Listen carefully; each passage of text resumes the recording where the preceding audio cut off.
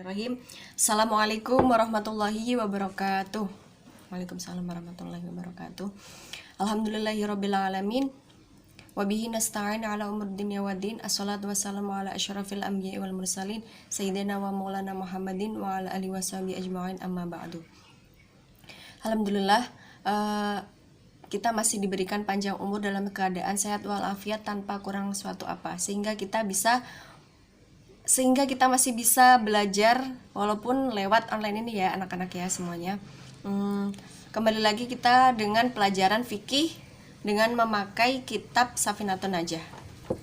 Yang ada kitabnya silahkan dibuka, yang tidak mohon semuanya mencatat apa yang Ustazah berikan ke kalian. Oke? Hari ini kita akan membahas pelajaran fikih dengan kitab sholat. Kitab sholat. Sholat itu hukumnya apa anak-anak? Wajib. Di dalam Al-Quran tertera dalam surat yang bunyinya Inna sholata kanat 'alal mu'minina kitabam mauquta. Sesungguhnya sholat itu adalah fardu yang ditentukan atas orang-orang yang beriman. Jadi kalian yang beriman itu wajib atas kalian itu melaksanakan sholat. Kalau kalian bukan orang mukmin, bukan orang Islam, silahkan kalau tidak mau melaksanakan sholat. Jadi kita sebagai orang mukmin itu wajib atasnya melaksanakan sholat. Sholat itu seperti apa? Nah, sekarang Ustazah akan jabarkan. Udzur sholat. Yang pertama kita catat dulu ya anak-anak, udzur sholat ada dua. Yang pertama itu adalah lupa. Lupa di sini karena mungkin dia sibuk seharian sampai dia lupa akan sholat, tapi bukan lupa yang disengaja, tapi karena benar-benar lupa, dalam keadaan yang sangat lupa, karena lupa itu tidak ingat ya. Jadi ketika kita lupa, contoh kita sedang keluar belanja, membeli sesuatu, sampai waktunya sholat kita tidak mendengarnya atau ini lupa gitu, jadi itu diperbolehkan, diberikan keringanan. Tapi setelah nanti ingat, oh ya Allah, ternyata tadi saya belum sholat asar atau belum sholat duhur, kita langsung ambil wudhu, langsung melaksanakan sholat. Kemudian yang kedua itu adalah tidur. Jadi ketika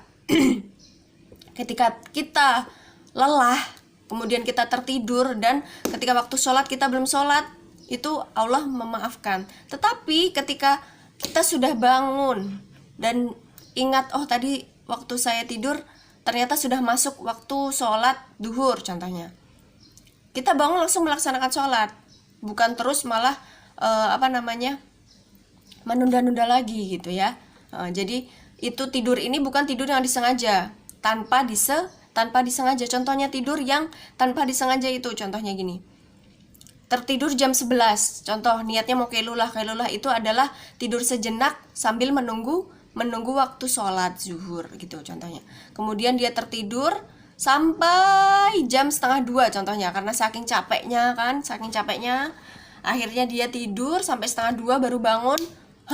Ya Allah, saya belum sholat, ternyata saya belum sholat gitu. Jam 1:30 kalian langsung ambil wudhu, jam 1:30 itu langsung melaksanakan sholat zuhur. Kemudian ada lagi tidur dengan sengaja. Tidur dengan sengaja itu seperti ini. Jam 12 kurang seperempat itu sudah sebentar lagi sudah masuk waktu adzan zuhur. Tapi karena ngantuk, ntar aja sholatnya, dengan sengaja. Akhirnya tidur dari jam 12 kurang seperempat karena saking capeknya, lelah, sampai jam 3 kurang seperempat dia baru bangun. Itu tidur dengan sengaja. Itu jangan sampai dilakukan oleh kalian ya anak-anak ya. Gitu. Jadi ada dua, yaitu udzur sholat. Yang pertama itu adalah lupa, kemudian yang kedua adalah tidur. Jadi usahakan ketika kalian mau sholat itu berdoa sama Allah. Ketika mau tidur juga, ketika sebelum pas kita mau tidur, ya Allah, saya nanti ingin sholat tepat waktu jam segini, insya Allah nanti Allah akan bangunkan. Begitu ya anak-anak ya. Kemudian untuk lupa sendiri, ketika kita zaman sekarang tuh udah canggih. Jadi ketika kalian bawa HP kalian, bawa pengingat. Pasti di HP itu pasti ada pengingatnya kan ya. Jadi kita install itu waktu sholat, jadwal sholat, setiap jam waktunya sholat nanti akan terdengar adzan dari HP begitu. Jadi banyak cara supaya kita tuh tidak lupa ketika tidur, ada yang bangunkan, kalau tidak ada teman di samping kita yang tidur. Jadi bisa dengan alarm HP ataupun dengan jadwal-jadwal sholat yang ada di HP yang mengingatkan kita sholat. Kemudian kita beralih ke syarat-syarat sholat. Mohon dicatat ya anak-anak ya. Syarat-syarat sholat itu ada berapa? Syarat-syarat sholat ada 8. Ada 8 ya, ini segini 8. Yang pertama adalah suci dari 2 hadas. Hadas itu ada hadas kecil dan hadas besar. Hadas kecil itu seperti apa? Hadas kecil itu seperti kita pipis, buang air kecil, buang air besar, kentut, itu adalah hadas kecil.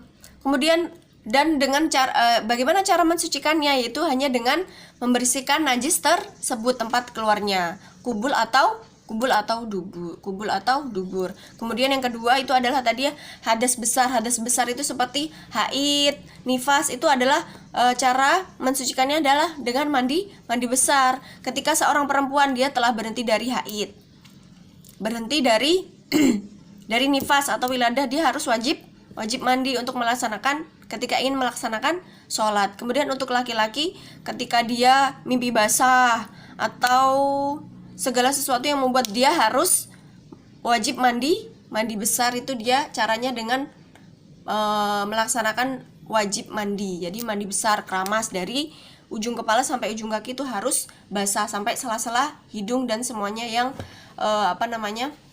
yang lipat-lipat itu juga harus terkena air gitu ya.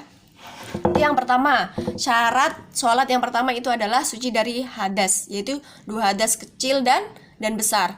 Kemudian yang kedua dulu adalah suci dari najis pada pakaian, pada badan, dan pada tempat. Jadi pakaian yang kita pakai untuk sholat itu harus suci. Jadi usahakan sholat itu memakai pakaian yang khusus sholat. Jadi pakaian khusus sholat kita taruh di di lemari yang memang khusus kita pakai ketika sholat. Jadi ini baju ini khusus ketika kita melaksanakan sholat. Mukena juga itu pakai yang suci. Ketika dia sudah kotor atau sudah bau, segera dicuci, diganti gitu ya teman-teman.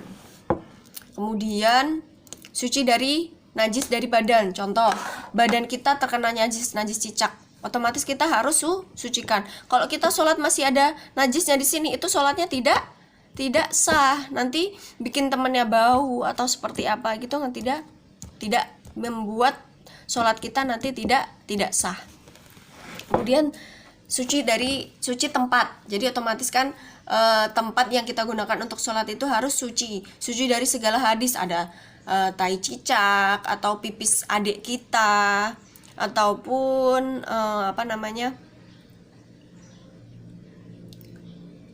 ya bermacam-macam najis yang ada yang bisa menempel di tempat sholat kita. Kalau sajadahnya baru dicuci tapi terkena tai cicak, itu langsung dicuci, walaupun bagian yang lain masih bersih, itu tetap harus wajib disucikan atau dicuci sampai bersih, sampai hilang najisnya, sampai hilang baunya, warnanya, semuanya harus hilang sampai suci. Itu yang kedua. Kemudian yang ketiga, menutup aurat. Menutup aurat itu otomatis kan seorang laki-laki dan perempuan itu ketika melaksanakan sholat harus wajib menutup aurat. Auratnya laki-laki itu dari pusar sampai mana? Sampai dengkul, ini dengkul, sampai bawah dengkul sini itu. Tapi karena sholat itu auratnya laki-laki, tapi bukan terus cuman pakai baju dari sini sampai sini ya. Kita dianjurkan memakai baju yang bagus, baju yang sopan, pakai koko, pakai peci, dan pakai sarung. Itu akan terlihat lebih bagus, lebih baik dipandangnya gitu ya. Karena kita kan menghadap sang pencipta gitu ya. Kemudian auratnya perempuan itu dari seluruh tubuh kecuali muka dan telapak tangan gitu ya nak ya. Jadi kalau mukenanya yang bawahannya terlalu pendek, itu mungkin alternatifnya diganti pakai sarung atau seperti apa, biar kan kalian tuh cepet banget ya tumbuhnya. Jadi bawahan mukena itu ada yang pendek sekali, jadi harus menutup sampai menutup kaki gitu. Jadi nanti biar ketika sholat itu tidak terlihat kaki yang paling bawah itu. Kemudian cara memakai mukena untuk kaum putri itu harus sangat diperhatikan. Karena apa? Mukena yang potongan itu ketika tidak bisa memakainya itu sholatnya tidak sah. Apalagi terlihat ketika mencalik itu begini, itu terlihat seninya, itu bikin batal sholatnya. Jadi kita sebagai seorang muslimah itu dianjurkan memakai mukena yang panjang dari atas sampai bawah. Jadi ketika kita begini itu tidak akan terlihat. Kemudian itu syarat yang ketiga, yaitu tadi menutup aurat. Kemudian ini syarat yang keempat itu adalah menghadap kiblat. Kiblat kita di mana? Itu sebelah mana? Sebelah sebelah mana kiblat kita? Ayo, sebelah barat. Di Indonesia itu memakai kiblatnya itu adalah sebelah barat. Jadi jangan sholat itu menghadap ke warung. Itu tidak bisa. Warungnya contohnya ke sebelah selatan. Nggak boleh sholatnya menghadap ke warung ke sebelah selatan. Tapi kita menghadap kiblat. Usahakan sholat itu memakai sajadah ya nak ya. Jadi dan dianjurkan untuk berjamaah. Karena jamaah itu pahalanya akan diangkat oleh Allah dan lebih banyak daripada sholat sendirian. Nah, itu adalah syarat sholat yang keempat. Kemudian yang kelima itu adalah masuk waktu sholat. Jadi usahakan sholat itu ketika sudah masuk waktu sholat, bukan ketika karena saking semangatnya sholat jam 3 pagi itu belum masuk waktu subuh, tapi karena dia sudah bangun langsung adzan. Itu tidak diperkenankan seperti itu. Jadi sholat itu ketika sudah masuk waktu sholat, dan juga tidak boleh untuk mengulur-ulur melaksanakan sholatnya. Jadi ketika kita sholat dianjurkan pada waktu yang memang tepatnya waktu sholat, dan tidak mengulur-ulurnya untuk melaksanakannya gitu, seperti itu. Jadi sholatnya harus tepat waktu pada waktu yang sudah ditentukan. Jadi contoh sholat subuh itu jam 4:20 udah adzan, berarti kita ketika sudah mendengar adzan subuh, kita langsung bangun, membaca doa alhamdulilladzi ahyana ba'da ma amatana wa ilaihin nusyur. Kemudian langsung bangun, mengambil wudu dan pergi ke masjid. Karena sekarang kondisinya lagi seperti ini, jadi silahkan melaksanakan jamaah di rumah bersama keluarga, seperti itu ya nak ya. Kemudian yang keenam, mengetahui fardu sholat. Jadi syarat yang keenam itu adalah mengetahui fardu sholat. Jadi kita melaksanakan sholat itu jangan hanya sholat asal-asal sholat gitu, tapi kita juga harus mengetahui fardu sholat. Jadi ini nanti Ustazah kasih tugas sekalian menuliskan fardu sholat. Apa aja sih fardu sholat? Di dalamnya itu adalah ada niat, kemudian takbiratul ihram, Allahu Akbar, itu takbiratul ihram. Kemudian membaca surat Al-Fatihah dan seterusnya. Itu adalah fardu sholat. Kemudian syarat sholat yang ketujuh yaitu adalah tidak meyakini fardu sholat sebagai sunnah. Tidak meyakini fardu sholat sebagai sunnah. Jadi karena fardu itu adalah wajib dilaksanakan, dan ketika tidak dilaksanakan itu menjadi tidak sah, karena ini adalah fardu itu adalah masuk syaratnya sholat.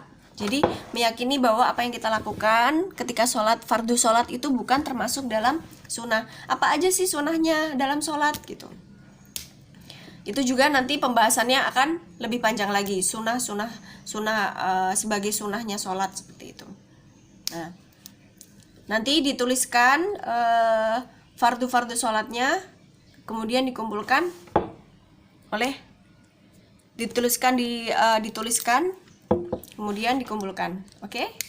Kemudian yang terakhir, syarat-syarat sholat adalah menjauhi pembatal-pembatalnya. Jadi apa aja sih yang membatalkan sholat itu seperti makan. Jadi usahakan ketika mau sholat itu setelah makan itu sikat gigi, gosok gigi. Jadi kita membersihkan yang makanan yang masih nyelip di sela-sela gigi. Ditakutkan ketika membaca Bismillahirrahmanirrahim atau Alam nasyrah laka sadrak, tiba-tiba makanan yang tadi habis kita makan, kita berkumur itu keluar dari gigi, dan otomatis kan kita makanannya keluar, bingung mau dikeluarkan gitu atau ditelan. Jadi usahakan sebelum sholat itu kita menyikat gigi atau cukup dengan berkumur. Nah, jadi itu pembahasan hari ini, yaitu adalah syarat udzur sholat ada 2, yaitu yang pertama adalah